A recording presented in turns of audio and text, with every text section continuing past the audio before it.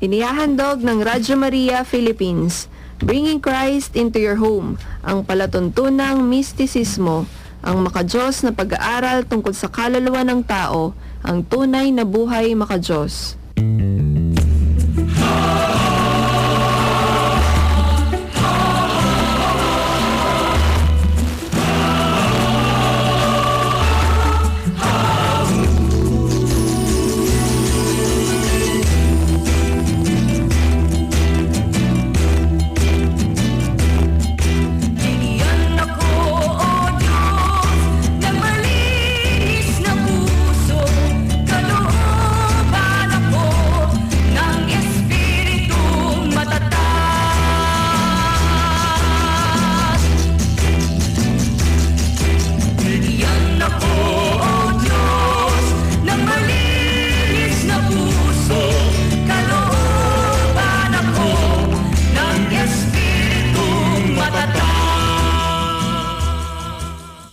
Mapayapang paginig po sa inyong lahat, mga minamahal naming taga-subaybay ng Radyo Maria na sumasayang papawid dito sa 99.7 FM Tarlac, 101.5 FM sa Cagayan, 102.1 FM sa Isabela at 95.9 FM sa Zambales.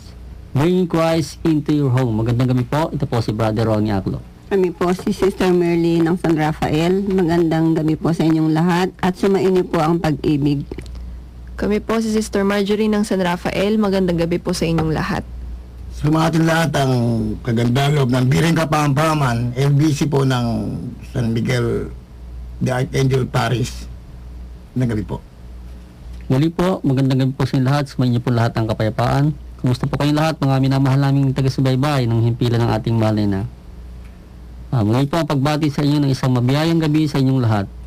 Sa ngalan po ng Radyo Maria Philippines, Bring Christ into your home, muli po namin kayong inaanyayahan na kami po ay inyong samahan sa atin pong pag-aaral at pagtalakay sa hiwaga at karunungan ng mga salita ng Diyos dito po sa programang Ang Mistisismo ng ating pananampalatayang Katoliko, ang tunay na buhay makadiyos, na inyo pong laging napapakinggan tuwing linggo mula 9 hanggang 10 ng gabi.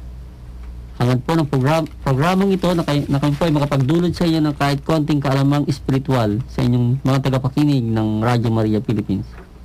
Ngunit bago po tayo tuluyang dumako sa ating mga paksa, kayo po ay aming inaanyayahan sa pag-aalay ng isang panalangin. Ave Maria Purissima, Simplikado Concebida. sa ngalan ng Ama, ng Anak, ng Diyos, Espiritu Santo. Amen. Panginoon naming Hesukristo at mahal naming Birheng Maria, sa oras pong ito ay dinudulog namin ng aming buong pagkatao sa inyo. Bendisyonan niyo po kaming lahat, patnubayan, sa lahat ng oras. Umaasa po kami lagi sa inyong kabutihan, karunungan at pag-ibig. Tulungan niyo po kaming mapagtunayan namin ang pag-asang ito sa pamamagitan ng tapat naming pagsunod, pagtupad at pagganap sa inyong banal na kalooban. Makikitungo po kami sa mga bagay at pangyayari ayon sa inyong gusto nang walang kapalaluan, pag-iimbot o anumang kasakiman. Sa inyo po namin inilalagay ang aming pananampalataya, pag-asa at pag-ibig. Kayo po ang naghahari kasama ng banal na Espiritu, Diyos magpasa walang hanggan. Amen. Birheng matibay na loob sa magaling, ipanalangin niyo po kami sa ngalan ng Ama, ng Anak, at Diyos, Espiritu Santo. Amen. Maraming salamat po, Sister Merly, sa ating pong panalangin.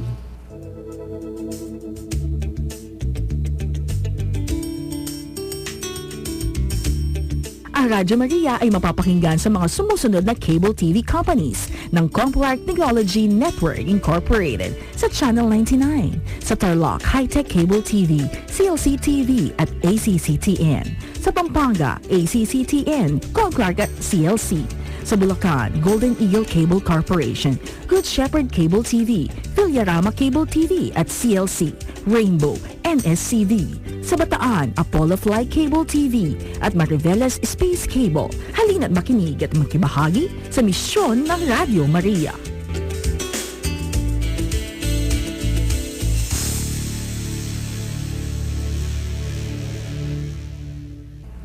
Ngayon po nagbabalik ang tunay na buhay mga Diyos at kayo patuloy pa rin nakikinig sa impila ng Radyo Maria, Bring Christ into your home, na mapapakinggan din po sa mga karatig lalawigan at sa buong kapuluan sa pamamagitan ng audio streaming sa mga website po ng Radyo Maria sa www.radiomaria.ph at sa buong mundo sa www.radiomaria.org. Muli po sa ating pong pagsasama-sama sa gabi pong ito ay papaksana naman tayo mga minamahal naming taga-subaybay kasama ng ating mga kapatid na andito. Magandang gabi po sa inyo, sa mga pong kapayapaan mga Sa may kapatid. nituturing. Sa atin pong panibagong gabi ng linggo na atin pong pagtalakay na po, makumusta ko po namin kayo mga minamahal namin taga-subaybay. Nagsimba na po ba tayo? O nakapagsimba na po ba tayo kaninang umaga? O nitong gabi? Sapagkat sabi nga po, lagi po natin pinapaalala na ang pagdala po sa ating inang simbahan, nandun natin matatagpuan ang ating Panginoon, lalo higit sa pagtanggap po natin sa Kanya sa sagisag ng pinapay at alak, ano po, ay hindi na po napakahalaga, ano po. Wala pong salitang magiging katumbas kung ano po yun sa ating pong pagkatao, ano po, na siya ay ating makasama. Kaya naman po sa mga sandali pong ito ay inaanyayahan po namin kayo na muli po sumubaybay sa ating pong paksa sa ngalan po ng pananalita ng ating banal na kasulatan na ating pong pag-aaralan. At ito po ay malaking kaugnayan po sa ating pang-araw-araw na buhay po, sa ating pagkatao. Itong papaksain po natin. Ang pamagat po nito ay ang dila. At babasahin po muna sa atin ng ating kapatid na Sister Marjorie ang kabuuan nito. Sumainyo ang kapayapaan. Sumainyo rin. Ang pagbasa sang-ayon sa banal na ebanghelyo ng Espiritu Santo, sang-ayon sa sulat ni Santiago Apostol na may kabanata 3, talata 6 hanggang 10. Walhati po sa inyo. Salamat po sa inyo, Panginoon. Ang dila ay isangang apoy, isang daigdig ng kasamaan. Bilang bahagi natin ay nahahawa ang buong katawan. Pinagliliyab nito ang gulong ng buhay at siya mismo ay inaapuyan ng impyerno. Ang lahat ng uri ng mga hayop at mga ibon, ng mga gumagapang at ng mga hayop sa tubig ay napapaamo at napaamo ng tao. Ngunit walang taong makapagpapaamo sa dila. Isang kasamaang di masupil, lipos ng kamandag na nakamamatay. Sa pamamagitan nito, pinupuri natin ang Panginoon at Ama, at sa pamamagitan nito, sinusumpa natin ang mga taong ginawang kawangis ng Diyos. Sa isang bibig din lumalabas ang pagbabasbas at pagsusumpa. Ito po mga kapatid, ang banal na salita ng Diyos. Salamat sa Diyos. Maraming salamat, Sister Marjorie, sa pagbasa po ng ating paksa. Muli po mga minamahal naming mga taga-subaybay, ano po, ito na naman po tayo sa paksa natin ito na napakaganda pong talakayin, ano po, kasi lahat po tayo meron nito. Ano po, ito po ay bahagi ng ating bibig, ano po, yung dila. Dila. Sabi nga po, yung dila, ano po, kung wala po tayong dila, hindi po natin mapapahayag yung ating salita, ano po. Pwede rin naman yung kumpas-kumpas, ano po, tulad ng ginagawa ng mga ipe, ano po. Gestures po. Sa ating pong pag-aaral sa kabuuan po ng ating pananampalataya, ito nga pong dila na ito ang sabi nga po siyang nagiging ugat ang lahat-lahat kung paano po nagsisimula ang isang pangyayari, ang isang bagay, ano po, itong dila. Kapagkat ito po yung pinakatinatawag na pinakatimon ng ating salita.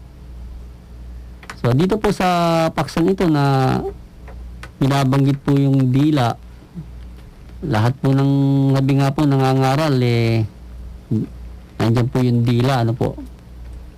Hindi ka naman pwede mangaral kung yung dila wala. At binabanggit po itong dila na ito ni Santiago Apostol bilang isang, sabi nga po, napakailap Sabi nga po niya doon, ang mga hayop na paamo ng tao, ano po, yung mga, pero yung dila, walang taong nakapagpapaamo ng dila. Sabi nga doon. So, sino pwedeng magpaamo niyan? Ng dila niya. Ano ba yung dila? Ano ba yung nagagawa nitong sa atin, sa pang-araw-araw nating buhay? Unahin po natin si Sister Marjorie. Yun nga po, inilarawan na po ni Brother Rico, Brother Ronnie po yung dila base po sa panlabas na anyo nga na ito nga po ay ginagamit para masabi po natin ang gusto nating sabihin. So, sa makatuwid po, ito po ay kasangkapan ng tao sa pagsasalita. At dun nga sa word na pagsasalita, sinabi nga nilarawan naman ni Apostol Santiago na ang dila nga ay isa daw pong apoy, isang daigdig ng kasamaan, no? Isang kasamaang di masupil, puno ng kamandag na nakamamatay. At dahil nga ang dila, kasangkapan ng tao sa pagsasalita, in word pagsasalita, yung salita, yun yung kamandag na nakamamatay.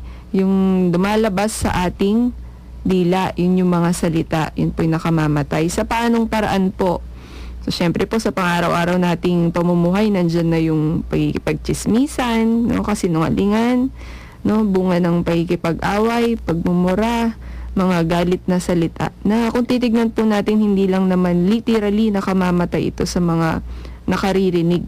Ngunit sa espiritualidad po na din natin, no, espiritualidad ng isang tao, namamatay yung kabanalan tsaka yung kapayapaan sa ating sarili. Ngunit sinabi nga po ni Apostol Santiago na ito isang kasamaang hindi masupil. At sinabi niya pa na bilang bahagi natin ay nahawa ang buong katawan. So bakit po kaya ganon, no?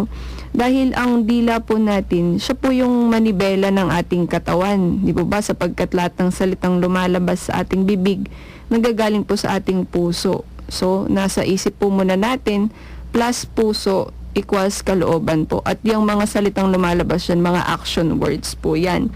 At kung masama ang nasa puso natin, masama ang salitang lumalabas sa ating dila, tsak po, masama din yung ating gawa. No po?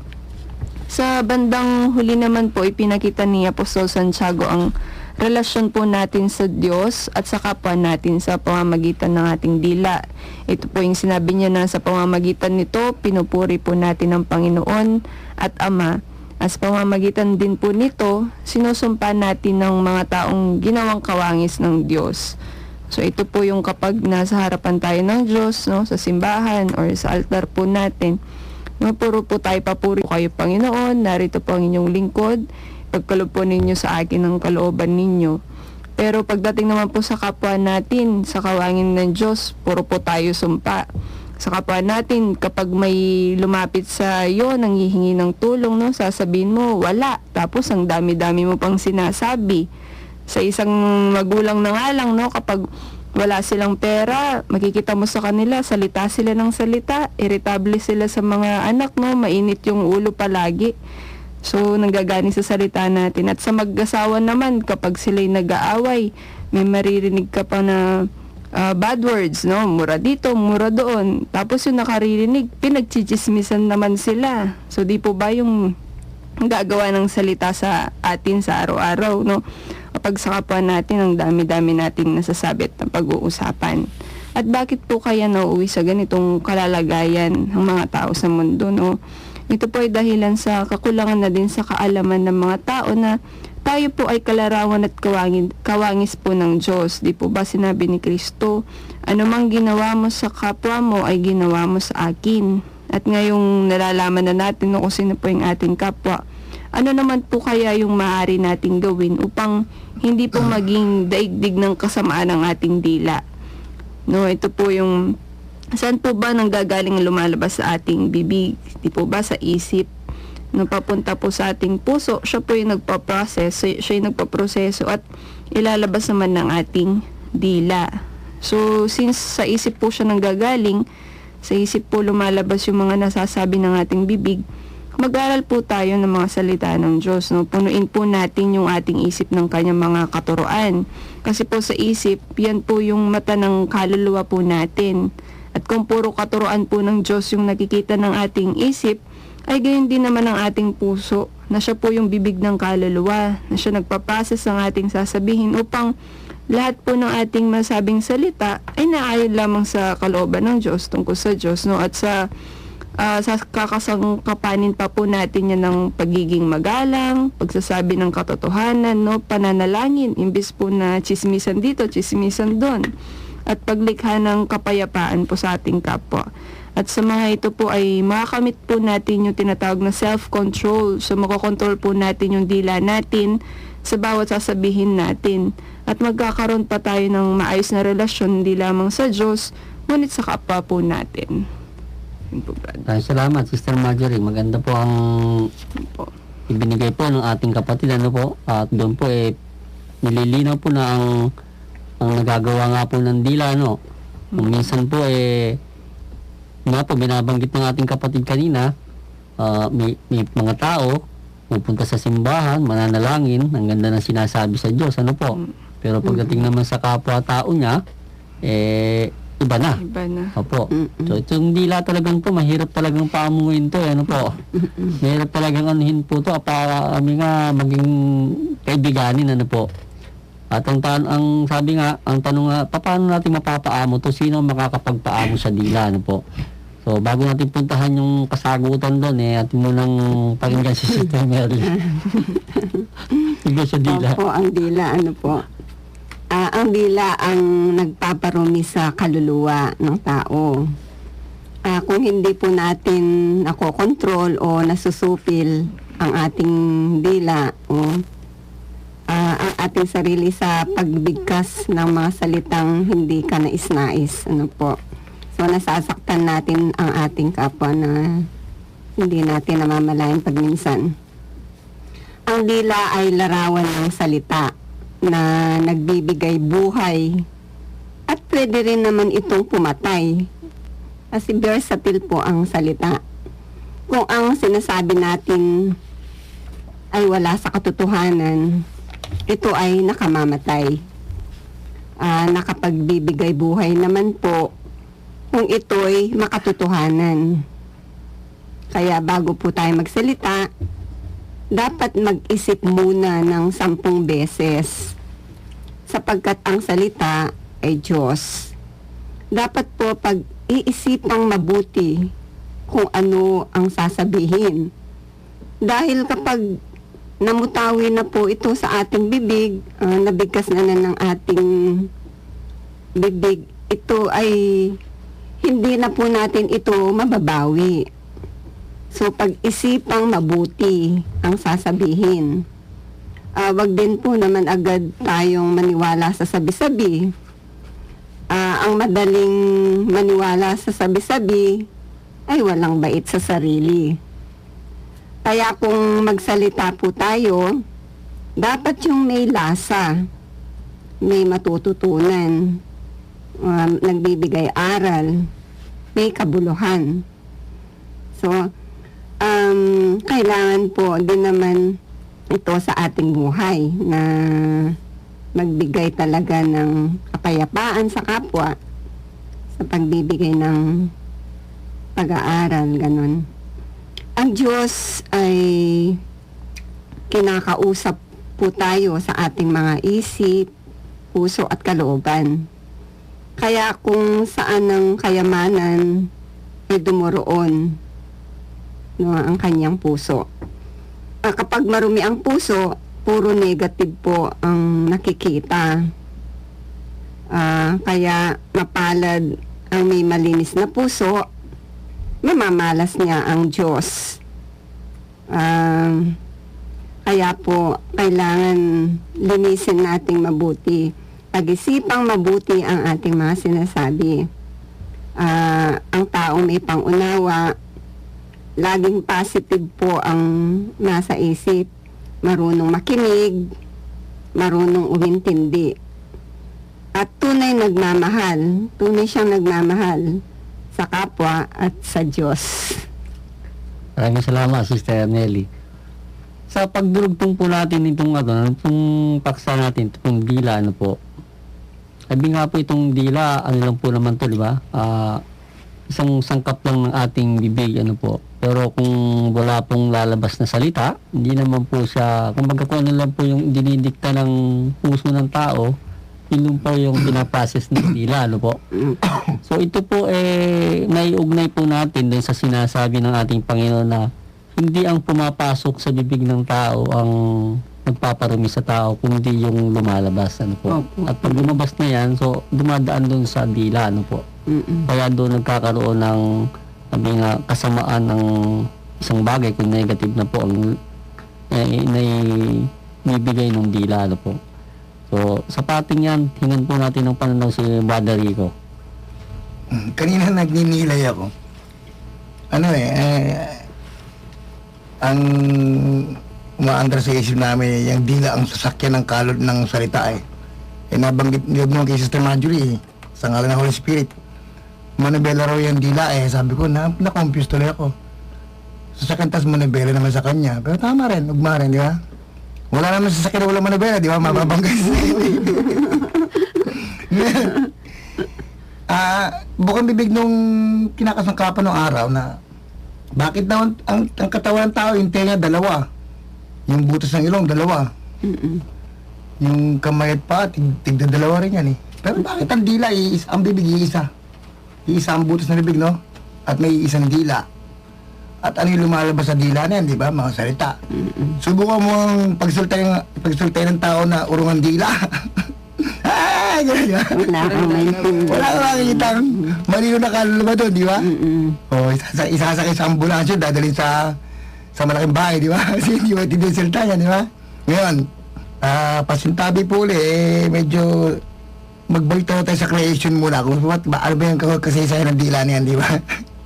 Sa creation kasi, sa aral ng paglalang, tapos hanggang sa ikatlong pahay na yung pagbagsak ng sangkatauhan, matapos na ang tao pumaymbulog sa daigdig ng pagsuway, naiwala niya na yung kapangyarihan sa kanyang isip. Kasi ang original na posisyon ni Adan dyan, pati yung mga hayop, may kapangyarihan yung isip niya Kung sabihin niya sa hayop na pangalan niya, ang pangalan ng hayop Kung anong nautusan niya yung mga ibon, lahat na, pati yung mga manok na may kapangyarihan yung isip niya Tapos yung kalooban naman niya, nila, ni Eva, kumbaga, nung una, almost perfect, banal yung kabanalan, nasa sa tao talaga kalikasan pang Diyos nila Pero nung sila, nadali ng pagsuway, may nagsalta isa sa tatlong persona dyan sa creation, sabi niya, tunay nga na ang tao ay natulad ng isa sa atin, na naglalaman na mabuti at masama.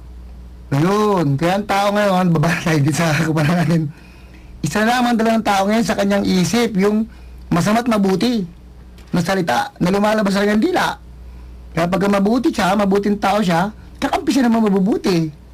Pagka nang masama siya, kinaasaran siya. Sino mo tutuwa sa masama, di ba? Masama ng buti. Kaya makita natin, pag-aralan natin ng ahas, bakit dalawang dila ng ahas, bakit magkasanga? Di ba? Dalawang dulo ng dila ng ahas, magkasanga. Kaya symbol ng pagbagsak, yung ahas ng tumukso sa tao, di ba? Masama't mabuti ang epekto, Kaya nga dito sa aral ng Catholic mysticism na to, unti-unting itinuturo yung tinatawag na holiness, yung kabanalan na mamuntawi sa kanyang salita. Nagsimula nga sa simula ng panalangin, yung nakarang episode natin karang linggo, mga mabisang panalangin na nasa kabanalan, authorized ng Diyos. Sabi nga kapatid natin yan ni Anchorman Badroni, pag-aral natin bakit may kaugnayan daw sa may isang ebanghelyo ng Panginoon kay San Mateo sa nasabi, hindi ang pumapasok sa bibig ng tao ang nagpaparami sa kanya. Sapagkat ito'y tumutuloy lamang sa tiyan at tinilalabas sa palikuran.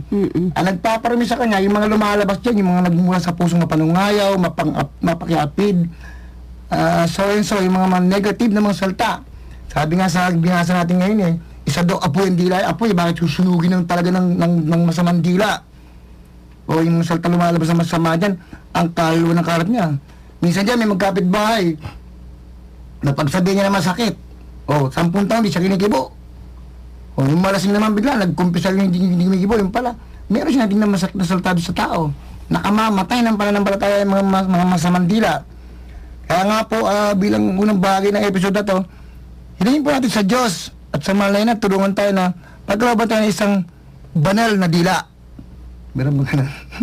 Banal na dila, At yan yung banal na dila na yan, sabi nga ating tutuklasin niya kung paano magkakaroon yan, ano po. Ating munang bigyan daan ng paalala ng ating himpilan. Ito po ang inyong himpilang Radio Maria, bringing Christ into your home. Maaari niyo rin pong maiabot ang inyong tulong pinansyal via YouShare Online. Magtungo lamang sa www.radiomaria.ph at i-click ang Donate Now button. Piliin ang Select Campaign at ilagay ang amount of donation at payment option. Filapan po ang form at i-click ang Donate. Piliin ang fund source at i-type ang inyong email address at i-click ang Select at basahin ang inyong email. Para sa kumpirmasyon, maaari rin po kayong tumawag sa mga sumusunod na telephone numbers 045-982-1797, 045-982-1910, 045-982-1514, at 045-982-1789. Sa Tugigaraw, 078-844-0429, at sa Santiago sa 078-305-1881. Welcome to the Radio Maria family.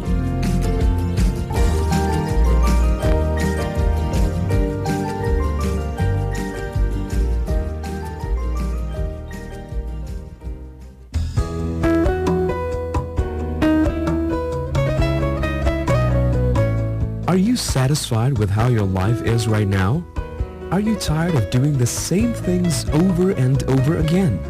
Our life on earth is more than what this world can offer. Tune in to Radyo Maria's program, Back to the Foundations of Our Faith. And together, let us learn the deeper issues about life, about our faith, and about God's wonderful plan for all of us. Join us as we try to lead you back to the basis of our Christian faith. Together, let us relearn about our faith by looking more deeply into the sacred scripture and basic catechism of our faith.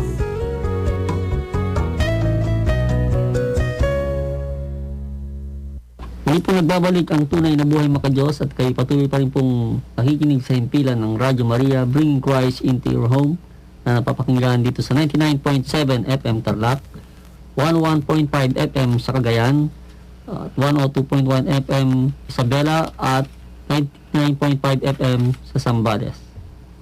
Sa ating pong pagpapatuloy, ano po dito po sa paksa na ang dila, yun nga po, binanggit po nating mga kapatid, ano po, ito yung nagiging manibela, nagiging sasakyan, ng, sabi nga, ng kaluluwa ng tao, ano po, at kung saan sa patungo, doon nadadala ang tao. Minsan ang tao, ano po, napupunta sa away, ano po, sa kapahamakan, ano po, minsan sa kabanalan, ano po. So, ito po ay meron pong malalim na pinanggagalingan. Ito pong mga pagdidikta ng dila na to, ano po. Sa ating nga pong nabanggit na rin po ng ating kapatid na si Brother Rico, ano po, nung si kanyang balikan yung kasaysayan ng paglalang, ano po. Nung ang tao po bago magkasala, ano po, meron pong isang espiritu sumakay sa ahas, ano po. At ang sabi sa kanya, nakipag-usap siya. So, dun umiral yung dila ng tao, ano po. Sinabi pa sa'yo ng Diyos, sabi gano'n, na makakain ba kayo sa mga puno na yan. Sabi naman ng babae, sa lahat ng bunga ng punong kahoy, makakakain kami tungkol naman dyan sa bunga na yan, sabi ng Diyos ay ganito, wag daw namin kanin yan nung hipuin, baka kami mamatay. So, nagsimula na po rin yung conversation doon sa paradise, no, ng negative na salita, na espiritu at yung salita po ng tao. So, doon po nagsimulang masabi po natin na nadungisan po yung salita ng tao na yon. Kasi po ito pong dila, kung ating pong pag-aaralan, hindi naman talaga ito po yung pinanggagalingan ng salita, ano po? Yun pong tinatawag nating puso ng tao. At sa puso po ng tao, sa ngalan po ng paglalang, doon po napasok po ng demonyo yung puso ng tao, ano po? Meron po kasing sa puso po kasi ng tao o para po magkaroon ng buhay ang salita ng tao, anong kailangan i-apply para isang magkaroon ng buhay ang pananalita? Yung nga po tinatawag nating damdamin, ano po, damdamin. So, sa puso po ng tao, yung pong damdamin na yan na ibinigay ng Diyos para magkaroon ng buhay ang kanyang salita, nagkaroon po ng negatibong dungis, ano po, dungis sa kanyang damdamin. Kaya ang tao po ay nagkaroon ng tinatawag na damdaming makalupa. Larawan po ng alabok sa ating pagkatao. At yung pong damdamin na yan, sabi nga po, mahalin tulad po natin na pagkain po ng ahas, alabok sa ating pong pagkatao. Kaya naman po ang tao, pag yung mga salitang kalokohan, gustong-gustong maririnig niyan. Gustong-gusto po. Yun po ang gusto ng damdaming makalupa Yung pong sagisag ng ahas na yan na namumuhay po doon sa puso po ng tao. Bunga po ng pagkakasala doon sa paraiso. Kaya po mga walang kwentang usapan, yan po ang gusto nilang kainin. Mapakinggan ng tao. Kung ang kaluluwa po, kung ang puso po ng tao, ang kaluluwa ng ang tenga po ng kaluluwa ng tao, yung puso, yan po ang gustong mapapakinggan ng tao. Yung mga wala pong kakabukabuluhan. Mga pagmumura na sabi, astig ang dating, gusto nila yan. Ginagaya ng mga tao yan, mga panalitang yan. Larawan nga po ng mga alabok na pagkain ng ahas na damdaming makalupa doon sa puso ng tao. Na siyang nagiging, kung titingnan po natin, isang malalim na karamdaman doon sa puso ng tao, spiritual na karamdaman po. Kaya po isang tao, pag yan po nasasagi po yung damdaming makalupa na yan, ang reaction po yan matindi po. Sabi nga po, yung mura niyan, hindi mo makakain. Hindi makakain ng aso. Kaya ang mga mabibigat na pananalita, lumalabas sa bibig ng tao. Bunga po ng damdaming makalupa. So, yun po yung nagiging dahilan kung bakit yan pong ating dila, nagiging katulad po ng isang mailap na hayop na hindi natin makontrol. So, kaya po naman sa ating pong buhay, spiritual, kaya po tayo nag-aaral ng ganito. Katulad po yan, tinatalakay po natin mga minamahal namin taga-subaybay, itong dila na ito, binabanggit sa sulat ni Santiago Apostol. Para po malaman natin kung paano natin lulunasan ang karamdamang ito spiritual. Sapagkat kung mayroon nga pong damdaming makalupa, ang talagang damdamin naman talaga malinis yan dati. Sabi nga yan po damdaming buhay sa pananampalataya. Dahil nga lang po ito nadumihan. Opo. At yan nga pong ang paraan nga po dapat nating linisin yung damdamin na yan sa pamamaraang espiritual. Katulad nga po ng pamamaraan ng espiritual, sa inyo, Brother Rico, ano ba isa sa mga paraan ng espiritual para malinis ang damdamin? Ano ba maibubuhos siya? Asido o ano? Spiritual na kaparaanan? Mag-ayuno. Okay. Yan po yan. Isa yan. Ayuno. Magbawas. Mayuno means to bawas, to diminish. Okay. Kaya naman ang ating pong pananampalatayang Katolisismo, nagtuturo po yan ng pag-aayuno. Lalo't higit po sa pagsasalita. Ang pananahimik ay isa sa mga isang mga requirements po para ang ating pong damdamin, ang ating puso ay malinis. Kaya po sa ating pananampalatayang Katolisismo, sa mga monasteryo po, diyan po talaga naghahari ang katahimikan. Bawal po dyan yung maingay. Kasi yun nga po, yung paglilinis po ng damdamin ng tao sa kanyang puso. Para po si Kristo mismo ang nilalagay lang doon. Wala makapagpapaamo sa dila.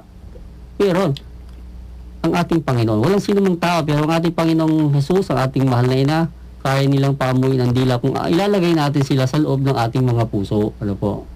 Kaya yung pong pag-aayuno at pananalangin, lalo't higit po yung itinuro ng ating gusto ipadasal ng ating mahal na ina sa atin, yung pananalangin ng Santo Rosario, yung pag-usal ng Santo Rosario, yung pag-recite niyan, yun po yun, ang paghuhugas sa damdamin ng tao, para yung dila niya malinisan o masana yung dila niya sa pagsasalita ng mga banal na pananalita. Hindi kamukha ng sabi nga, nasanay lang kung ano naririnig sa tabi-tabi.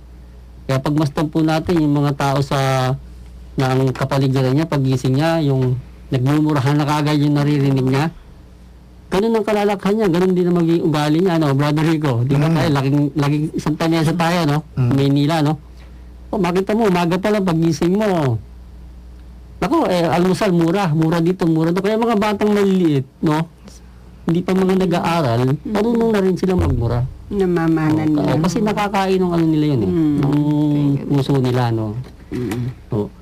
Diba, kung ang isang bata naman, ilalagay mo sa kabanalan, bata pa rin sila, na sila marunong silang magdasal. Makikita natin, ang lumalabas din sa bibig nila, no, puro kabanalan. So, ang impluensya po niya nasa tinatawag na, nasa labas na po, nanggagaling. Kaya, ang atin po, hinuhubog po natin yung mga kabataan para po sila ay maihanda sa isang pagkakaroon ng dila na hindi nagiging kasangkapan ng impyerno. Ano po? Parang ano yan, parang mga bata pa lang, sinasanay mo magsalita ng English na English speaking yan, kahit bata pa lang yan. Sanayin mo yung nagmumura. Nagmumura yan. Oo. Yun po yung ano, yun po kasi yung pumapasok sa puso nila at nananahan doon sa damdamin na nagbibigay buhay doon sa salita na dapat na lumabas. Ano po? So mga ano po yan, mga lunas po yan, unang-una yung pag-aayuno. Ano po? Pananalangin. Kung pwede, di pa naman kaya ng mga, kung mga bata yung tinatawag na mortification, no? Sa atin naman, meron din tayo niyan. Mga ginagamit po natin yan para tayo ay makapag linis ng ating mga puso. Unang-una na po sa ating inang simbahan, tayo po pumasok sa kumpisal, ano po, paglilinis ng puso. Pagkatapos nun, papasok na tayo sa mga pag-aayuno. Ito kasi yung pag-aayuno, ito yung nararapat talagang gamitin kasi sa pamamagitan ng pag-aayuno ng pagsasalita, doon sa paaralan na pinanggalingan natin ng Brother Rico, doon, talagang doon, Mesa? Oo, hindi, sa Church. buhay estetiko, Oo. sa ascetic life. Doon, mayroong oras sa pagsasalita. Hindi ka pwedeng salita ng salita doon. Hindi pwede nun. At yung mga salitang walang kabuluhan, yung mga makalupang mga paksa, binabawal yan. Excuse me, nabanggit na ascetic life. Para ka akusado ron eh. Kaya sa Batas Makalupa sabi, the accused has the right to remain silent eh. Because any words coming out from your mouth, it will be used against you. Yun doon sa ascetic life, less talk, less mistake doon eh. Kinakargahan ka ng mga pangyayari na para maging makadiyos ka eh. Bawal ka magsalita. Hanggat makwento ka, lalo ka lang lumalabas yung kaluluwa mo. Kaya bawal din ng mga magsasalita ng walang kabuluhan, mga nakaraan na wala namang kabuluhan, lang may dudulot, bawal, ano. So yun ay isang bahagi ng paaralan na sa atin namang ilang simbahan talagang sinasagawa yan ng mga naunang mga Kristiyano, ano po, na matatandang Kristiyano, para yung katahimikan ang sabi nga makapagturo sa atin kung paano nating masusupil yung ating dila. Kasi habang tayo po ay pumapasok sa tinatawag na malalim na pagninilay sa pamamagitan ng pag-aayuno, yung ating pong isip nagiging powerful po yan para makontrol po niya yung lumalabas na salita mula sa ating mga puso. Kasi pag minsan po mayroong mga parte na nagsasalita ang tao, hindi na niya naiisip, ano po. Yun nga po, hindi na nababantayan kung ano po yung sinasabi, ano po. At syempre, kung ano yung mga nakaimbak doon, sabi nga ganun ng ating Panginoon, kung ano yung, kung nasaan ang kayamanan ng tao, nandun ang kanyang puso, ano po. Yung kayamanan niya, yung makinig sa mga walang kakabukabuluhang mga usapan, ayun po yung lalabas doon kung sakasakalit siya ay mamibiglang magsalita, ano po. Kaya hindi niya nababantayan yung kanyang sarili. So yan po yung ating pag-aaral sa dila na ito pinapatungkulan talaga ni Apostol Santiago sapagkat sa panahon din nila ito nga dila nagiging kasangkapan, nagiging umpisa ng di pagkakaintindihan. Kahit na po sa ating pong kapanahonan ngayon, ano po, dahil po sa dila, hindi po natapos-tapos yung digmaan, hindi po natapos-tapos yung mga karahasan sa ating kapaligiran. Kaya dito po sa ating paksa na dila, nababanggit po nga natin yung buhay ascetismo na ating pong tinalakay dito sa ating pong paksa, dito po sa himpilan po ng ating mahal na ina, yung buhay asetiko. Ito pong buhay asetiko, sabi nga, hindi naman po, kung hindi natin, ito po isang lugar na mayroong paaralan nito, ano po, para po magsanay tayo ng pananahimik sa buhay natin. Kaya lang, kung masyado na po tayong busy at hindi na po natin kayang pasukin yung ganitong klase ng paaralan, sa atin naman pong buhay, ano po, pumasok tayo sa isang pananalangin, pangkaisipan, yung mental prayer, ano po. Alam niyo po ba yung mga minamahal naming taga-subaybay, yung pananalangin na pangkaisipan. Kahit po kayo nagluluto, kahit po kayo naglalaba dyan, o kaya kahit po kayo ay nakahiga, o ano man ang inyong ginagawa, so, kumuha po kayo ng isang panalangin na pwede po nating magamit para po tayo ay makapanahimik. O kaya pwede rin po yung Holy Rosary, ano po, na dasal, yung Santo Rosario, na atin pong uusalin sa ating pong pangkaisipan. Hindi man po lumalabas sa bibig natin, yung isip natin na nanalangin. At yun po isa sa mga paraan para yung pong ating mga puso ay ating pong mahugasan doon sa mga nilalaman niya na negatibong damdaming makalupa. Kaya nga pong damdaming makalupa, makikita po natin yan pag yan po umiral sa atin. Lalo na po kung nagtitrigger sa atin mga pangangailangan natin sa buhay, mga problema, ano po. Ay nako, yung pong damdaming makalupa masayang-masaya tayong inihahambalo sa mga pananalita natin na hindi natin o hindi kaaya-aya at nakakapagdulot ng kasiraan. Kahit po sa ating pong pang-araw-araw na buhay, ano po, makikita po natin sa buhay mag-anak na lang. Ano, Mr. Merly, kayo, naging nanay kayo, pag minsan, ano, Oo nga po. Di na natin masasabi, ano po. Sabi nga, tao lang, ano po. Pagka dumarating na po yung mga konsumisyon, ano po, nako. Pero hindi naman po tayo dapat mabuhay sa ganun lang, ano po. Kaya nga po tayo inibigyan po ng pagkakataon para tayo po ay makapag panibagong buhay sa ngalan ng spiritual na buhay. At atin pong malaman, makilala po itong sangkap ng ating pagkatao na ito, ano po. Ito po ay hindi sangkap ng kaluluwa, ano po. Ito ay sangkap ng katawan, ano po, itong dila, ano po, na bahagi po ng bibig. Kamukha nga po ng sinabi ng ating isang kapatid kanina, na ang tanong niya, bakit nga tayo meron dalawang mata? May dalawang butas ng ilong, may dalawang kamay, may dalawang tenga, may dalawang paa, pero isa lang ang bibig. Opo. Kasi po, yun nga po, yung bibig lang po kasi ang siyang nagpapaalala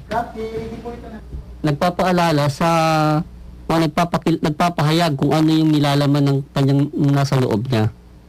Kumbaga, yung bibig po ang isang pinaka supreme sa ating pagkatao na maaari pong magpakilala sa atin. Hindi naman tayo pwedeng ipakilala ng mata natin. Hindi tayo pwedeng ipakilala ng... Kasi dalawa po yan. Kung dalawa magpapakilala sa atin, hindi na po totoo yan. Po, itong bibig, iisa lang po ito para ito po ang siyang... Kung ano pong lumalabas dyan, yan po tayo. Kaya kung tayo po yung nagagalit, makikita po natin, lumalabas po sa bibig natin, galit tayo. Kaya kung tayo naman po ay masaya, lumalabas po sa bibig natin, masaya tayo. Kung tayo po naiinis din po lumalabas sa bibig natin. Ano po? So, yan po yan. Ano po? Alam, pinakaugat po yan, ano po? Yung damdaming nasa puso po natin, na ito po ay kaloob ng Diyos sa atin, kaya lang po hindi pa po buhay sa pananampalataya. Kaya kung magsalita po tayo, wala pa po wala pa po sa tamang direksyon yung ating mga pananalita. Yung timon po ng ating pong manibela, sabing ganun, pagewang-gewang pa po, ano po. Sa ating pong pinag-aaralan na ito, mga minamahal naming taga-subaybay, sana po, yung sarili nyo yan. Inyo pong kasakasamang dila nyo, ano po. Huwag nyo naman putulin. Pag-aralan nyo po. Pero ang amin po may papayo, pumasok po tayo sa pag-aayuno. Yung pong pilitin po natin huwag masyadong nagsasalita. Kasi po pag tayo po yung nagsasalita, nababawasan po yung wisdom po, yung karunungan po natin. Ibabawasan po tayo doon. Magsalita po tayo kung kailangan lang, at kung hindi naman, nakakasira lang, o chismis lang, yung mga kabubuti pa pong manahimik tayo at ialay natin yung pananahimik sa Diyos. Ako, Brother Rico, may dadagdag pa ba kayo? Ang may dudugtong na, no, kumaga, may share. Yung salita na yan na nagmumula sa Diyos, sa buhay natin mga tinawag sa aral, dumating talaga yan eh. Hindi natin hinanap. Yung salita ng katuwa ng buhay. Kaya salamat sa Diyos at sa mahal na ina na dyan pa rin sa daan katotohanan ng buhay na yan eh. Nabibigyan tayo ng karapatan sa katungkol na maipaliwanag, mailinaw sa tao kung itong aral na ito ng kahiwagaan ng salta na puspos ng karunungan at kapangyarihan na nagmumula sa Diyos. Sa pamamagitan ng dila. Sa pamamagitan ng dila. Apo. Okay, Sister Marjorie, ano pang may nyo rito, may dadagdag nyo rito bago tayo... Yun nga po, ilagay na lang po natin yung ating mga dila sa pananalangin po kaysa sa anong pa pong gawa. Kasi sa dila po natin, no, kung may masabi po tayo dyan, ay nakakagawa pa din po ito ng ikasasakit po ng ating kapwa. So, yun nga, mahalin po natin yung kapwa natin sa paraang pagtitikom po ng ating bibig. So, yun po. Kaya doon tayo umaani ng kabanalan, di ba? Dahil sabi nga, yung lumalabas, yun ang hindi yung pumapasok, yung nakakasama, no? Hindi lumalabas. Kung ang lumalabas, nakakabuti, doon po tayo umaani din po ng kabanalan sa Diyos. At napakaganda po ng binigay sa atin ng ating kapatid kanina, no? Marami nga naman nagsisimba, no? Siguro, isa po sa atin. Huwag naman po tayo magdadamdam, mga minamahal namin taga sa Bible, no? O, pupunta po tayo simbahan. Minsan, katakot-takot na papuri ang ginagawa natin sa Panginoon. Pero pag lumalabas po tayo, nakakalimutan natin bigla, ano po, yung palang Panginoon, sasakay na sa kapwa natin. Yung iba na yung sasabihin natin sa kanya, ano po. So, yun nga, kaya siguro sabi ng Panginoon, ibigin mo Panginoon mong Diyos, katulad ng atong kapwa, katulad ng pag-ibig mo sa iyong sarili, di ba? Tsaka dito sa aral ng tunay na buhay maka-Diyos sa totoo lang, sa tulong pa ng karunungan na ipagkakaroon sa bawat sa atin, kasama sa mga nasa Santa Iglesia Katolika, sa Santo Papa, Pope Francis, Siyamang Kaparian, hanggang sa atin, ano? Yan dila pa rin yan kasangkapan yan ng Diyos sa aral na to para patuloy na mag-recreate siya ng tao, yung tunay na tao. Sa magitan ng aral na tinatalakay natin, sa atin nakabubuo tayo ng kaluluwa. Yung isip puso ba natin na nakapagmamanifest ang aral na to, yan ang espiritual na paggawa ng tao sa totoong kahulugan ng tao. Ha? Ang kaibahan lang yan, siyempre, itong tao na binubuo ng pag-uusap natin, yung kaluluwa na napupuspos sa atin ang aral na to, taong may kabanalan. Yan yung kabaligtad naman ng natalakay natin nakaraan na yung laman, yung literal na paggawa ng tao, walang mali siyang usapan, sexually, nakabubuo na tagalan, laman yun, ang paglaki ng sanggol, masama't mabuti ang dala. Yan ang kaibahan ng tunay na buhay maka-Diyos sa aral na to. Totoong tao na bubuo ng Diyos sa kapang mga dila natin. Yung isip may binabalik ang kapangyarihan, yung kaloob may binabalik ang kabanalan, at yung salta may tinatawag na karunungan na nakapag-recreate ng new heaven and earth. Ay, sabi nga, di ba? Whatever God created is good if it is used for the reason it was created. Ano po? Kaya yung dila, kung atin pong gagamitin sa tamang pananalita, ito po ay sabi nga ng ating kapatid, makakapag-create ng panibagong tao. Ano po? Ano pong tao? Yung pong mga taong nagsasalita rin ng matuwid sa ngalan ng Panginoon. Sabi nga kung ano po yung ating sinasabi, naririnig, yun lang po magagaya. Ano po? Kung tayo po ay mapagmurat, naririnig ng mga bata, yun ang mapupulot sa atin. Kung kabanalan naman, nakakapagbuo po tayo, nakakalikha po tayo ng mga panibagong tao sa ngalan po ng kanilang mga puso, ng mga taong sabi nga sumusunod ayon sa kalooban ng Diyos sa pamamagitan po ng dila natin na tayo po katulad po natin ngayon. Kung nag-uusap po tayo, dila po ginagamit natin dito, hindi naman po kamay para maipaliwanag sa inyo ang mga bagay-bagay tungkol po sa ating pinag-aaralan. Kaya ito pong dila, kilalanin po natin mabuti sa ating pagkatao. Minsan po kasama natin yung dila pala natin, hindi natin kilala. Ano po? So yan po yung ating pag-aaral dito. Ano po? Medyo kinakapos na po tayo ng oras sa ating pong talakayang ito. Atin na lang pong susundan to sa dudugtungan sa mga susunod pa nating mga pagtalakay. Ano po? May ugnay po natin tong paksang to tungkol po sa mga paksa pa na ating tatalakayin sa susunod na mga episode po, sa susunod na linggo. Pansamantala po, Amin po kayong inaanyayahan sa aming Facebook page po. Paki-search lamang po ang Mistisismo at paki-like lamang po ito at inyo na pong makikita yung mga amin pong paksa na gusto nyo pa pong mapakinggan. Gayun din po sa youtube.com, paki-search lamang po ang title ng paksa ng Mistisismo, ang Dila, at inyo na pong mapapakinggan. Maraming salamat po. Binabati po natin sila Sister Bioli Lagunilla sa Valdez, tsaka Sister Lota, tsaka Sister Bing na may kusada uli niyan dyan and of course si Sister Wendy sa San Miguel.